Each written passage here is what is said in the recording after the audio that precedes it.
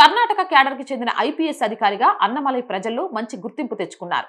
Singam police గా పేరు తెచ్చుకున్న ఆయన ప్రజలకు మరింత నేరుగా సేవ చేయాలనే లక్ష్యంతో తన సివిల్ సర్వీసెస్ ఉద్యోగానికి రాజీనామా చేసి రాజకీయాల్లోకి వచ్చారు. తమిళనాడులో బలపడ్డానికి చూస్తున్న బీజేపీకి అన్నమలై రూపంలో ఒక బలమైన ఆశాకిరణం దొరికింది. దాంతో పార్టీ అధిష్టానం ఆయనకు అతి తక్కువ కాలంలోనే తమిళనాడు రాష్ట్ర అధ్యక్ష బాధ్యతలను అప్పగించింది. అధ్యక్షుడిగా బాధ్యతలు స్వీకరించినప్పటి నుంచి అన్నమలై దూకుడుగా వ్యవహరించారు.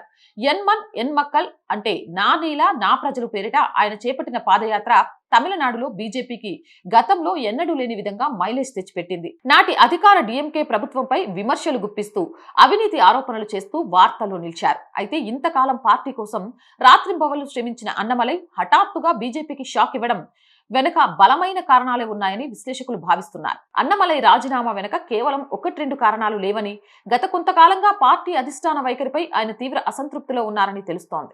తమిళనాడులో బీజేపీకి భవిష్యత్తు లేదు. రాజీనామా అనంతరం అన్నమలై చేసిన వ్యాఖ్యల్లో అత్యంత కీలకమైనది. తమిళనాడులో బీజేపీ ఎదిగే అవకాశం లేదని స్పష్టం చేయడం. ద్రవిడ సెంటిమెంట్ బలంగా ఉన్న తమిళనాడులో జాతీయ పార్టీల భావజాలాన్ని ప్రజలు అంత సులభంగా అంగీకరించడం లేదని అన్నమలై క్షేత్రస్థాయి పరిశీలనలో తేలింది. ఎంత కష్టపడినా ఓటు బ్యాంకు పెరగడం లేదని, ద్రవిడ రాజకీయాల ముద్రను దాటుకొని బీజేపీ ఇక్కడ అధికారంలోకి రావడం అసాధ్యమని ఆయన గ్రహించినట్లు తెలుస్తోంది. అన్నమలైకి తమిళనాడు యువతలో, విద్యార్థుల్లో మంచి క్రేజ్ ఉంది. ఒక మాజీ ఐపీఎస్ అధికారిగా, అవినీతి మీద వ్యతిరేకంగా పోరాడే వ్యక్తిగా ఆయనకున్న క్లీన్ ఇమేజ్ సరికొత్త పార్టీకి పెట్టుబడిగా మారనుంది.